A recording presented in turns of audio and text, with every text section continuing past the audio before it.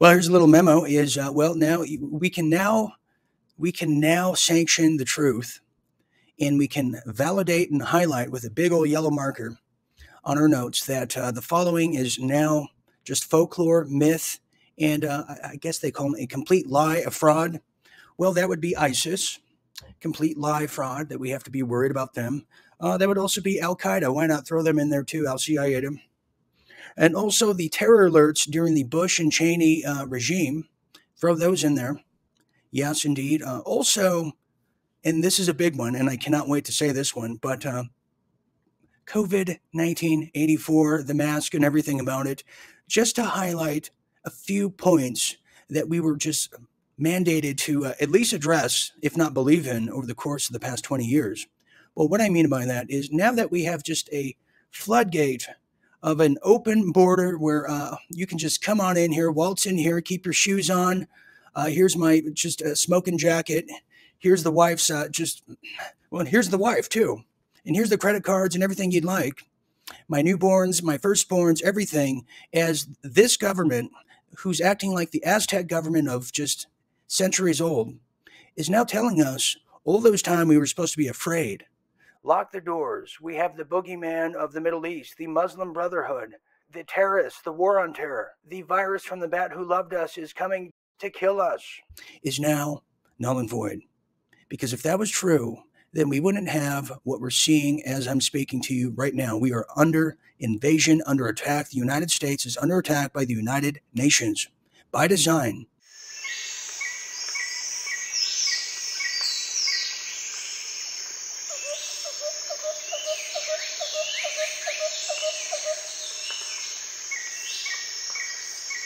It's just that as the dollar is getting thrown out like yesterday's just newspaper, and the dollar is about to crash, the markets are about to crash. Well, guess who's at our doorstep? In fact, guess who's on our couch?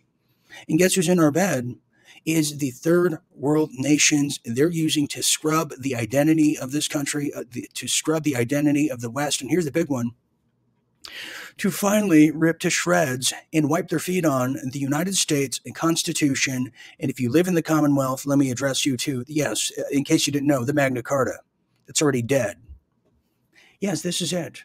Because if all the just folklore created enemies, the fabled enemies of yesteryear, were true, wouldn't we be worried that a Osama bin Laden type would be coming through here? Wouldn't we be worried that Saddam Hussein, who just might have weapons of mass destruction this go around, might be coming through the southern border? How about the underwear bomber from 2009? I mean, we could literally have just trading cards at this point with all the fabled enemies that we were supposed to be hiding under our bed from. Now that's null and void. So they're saying to us that, okay, well, just like Victoria Nuland, that bloodthirsty hag who loves war, said, well, there's no biolabs in Ukraine. Then when we found them, they said, okay, well, they're there. But what we meant is you don't want Russia to have that, do ya? Well, yes, you little goblin, you little demon whore, you. Well, now they're telling us it's all null and void. So what I'm saying is, to close the memo off, we're about to embark on the final pandemic wars as they're rushing to get their UN Agenda 2030 into place to rush in 600 million migrants in the United States by 2030 to kill you, to kill anybody that is American. Before it was just the Kalergi plan to get rid of the Caucasian race because they're the rebel rousers who created the United States Constitution. Well, forget that now. You can just add to that, well, Americans, anyone with a memory, anyone that speaks English, anybody that abides follows the Constitution, gun owners, Christian, Republican, anyone that questions the Democrat Party, you're in the boat too. Yeah, that's right, except this boat is not being led by Captain Noah. No, it's been led by Captain Klaus Schwab and his little mate, Justine Trudeau, too. Just to be fair, his little first mate, cabin mate, bedmate, dare I say. Anyways, to close it off here, we are now seeing what the invasion and the importance of borders truly, really are. All the people that said they loved it all these years, all this time, well, get your checkbook out and put your money where your mouth is. And that's just a little memo from yours truly here. Okay, here it is. Real deal headlines. Well, where do I start? In fact, It's so much. I don't have an answer other than I'll just tell you the most updated updates, news on what's happening in the border. Where Arizona border now, city releases hundreds of unprocessed migrants onto the streets of Yuma, Arizona.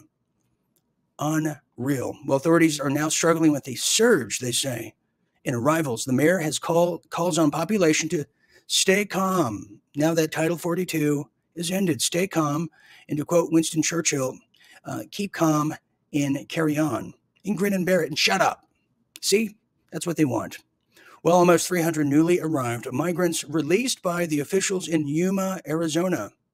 Well, on Friday, that's illustrating now how border cities are struggling to cope with huge surge in arrivals in the past week. Well, it's also coincided, just surprise there, with Title 42 and the lifting of the Trump-era restriction designed to prevent the spread of the incredible virus from the bat, who's just totally dead now. In fact, he's crossing the border. Well, the result of the Customs and Border Protection, the CBP, they call it, well, had been holding as many, get this, as 28,000 migrants at its facility. That's like more than cities are in California. 28,000. Far beyond its capacity. Gee, you think. Well, on Thursday, the mayor of Yuma announced that the CBP, Customs and Border Protection, formerly known as, we should say, was planning releases in the city of migrants who had not undergone full processing, although he insisted that they had been, quote, vetted. Well, what does that mean? Should I call the mayor tonight? Should I just call the mayor's office and ask the Yuma mayor what vetted means? Does that mean sit on his lap while he tells you a story about you getting everything you want from us? Okay, continuing here. Well, three white buses. See, in 2020, we told you about the white vans. Well, beware of the white buses now, with blacked out windows pulled into Yuma Public Safety Training Facility close to the city's airport. Well, the location was closely held secret by the DailyMail.com, who's, I guess, trying to do the right thing. Well, they said they were there and they were on hand to witness the release. A briefing document said 141 were being freed. This is unbelievable, too. And I'm telling you this, the stories coming into me is the amount of crime, rapes, killings, knifings have gone up big time. MS-13. This is the Democrats' just field day, just loving it. Anyways, as I said that, well, now 2 killed, 5 people injured following the shooting in a U.S.-Mexico border city. Very shocking, too. My hair standing up. Well, 2 young men were killed and 5 others were seriously injured when gunfire broke out late Saturday at a gathering just north of the U.S.-Mexico border in where? That's right, Arizona. Well, the victims were men between the ages of 15 and 20. Do we hear that? All the victims were men. All the participants were men. So we have gang wars at the border, people fighting for turf and whose product is going to have the best deals to what mayor of Yuma. This is unbelievable. So that's just one example of the violence that is now escalating. And as I'm telling you that, they're now going to Phoenix, and Texas is under siege as well. This is what's happening in your country, and it's coming to your neck of the woods next if it isn't already there now. And independent media keeping it alive. Here it is. Just to kind of test the water, see what the pulse was down here, if it was continuing or not, if Mayorkas, by some amazing feat, actually was telling the truth, that the illegal crossings were going to stop. And it not only didn't stop, it was worse last night than I've ever seen it. We had hundreds coming over. And what's interesting is where they're coming from now. The majority of the people that I interviewed last night were coming from Moldova, from Sudan, and from Egypt now. That's where they're coming from, all over Africa and Egypt now. And I have a couple IDs here. We have one from Ghana, one from Nigeria. But the thing that got me the most last night was this. This is a bag tag, but from the Department of Homeland Security. They're so backed up, they just simply leave the tags out. They had a bag of them left down by the wall. So if you showed up here and there was no Border Patrol here, you could tag your own bag through the Homeland Security and just wait for your Uber Border Patrol pickup to come pick you up. So here you just see it. It's all day. It's all night. It's an hours-long, all-day, all-night process. You see them lined up here, and they're told they can come in and they can get anything for free. And most of them, to this point, have already gotten many free hand handouts and have already had a helping hand just to get to the southern border. So the agenda is on. That's why you see they're going to have to walk the illegal immigrants past the cameras to the bus. And they were so desperate so that you couldn't get this footage that you see in front of you of illegals getting loaded onto the bus, that they actually took this bus, backed it through a ravine, couldn't even believe it was possible, backed it through a ravine, hoping that the American media would not be able to capture those images that you just saw. Here is a middle school that's shut down now, a middle school that's shut down and is now a migrant facility. Or they just drop them off downtown at the church, and really at that point, they're just free to go. And as long as they've been given their notice to appear, they are good to go. Freebies are, that's where they can get their bus tickets, their plane tickets that you see in this envelope. Now we're at the airport, and this is part of the final leg of the smuggling process. And so you can see this is at the El Paso airport. These are all illegal immigrants I'm filming. They've all got their little care packages from the Red Cross and UNICEF. That's what you're seeing on the screen. I understand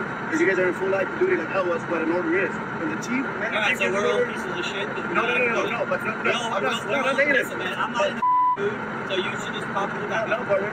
The governor said in order to slow down the influx of illegal immigrants. You guys aren't doing that. Where's your pride in following orders, man? Come on, man. You're wearing a uniform to save and represent the state of Texas, not Border Patrol. Have some pride, gentlemen. Have some pride, gentlemen. Have some pride. Do we see what's going on here?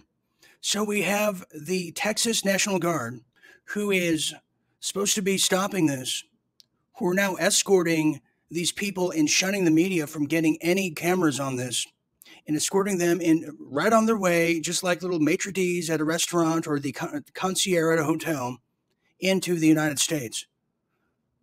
This is unbelievable. This is unbelievable.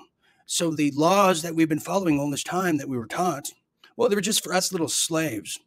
Isn't that just something? Or is it? Is it? Something else might be at play.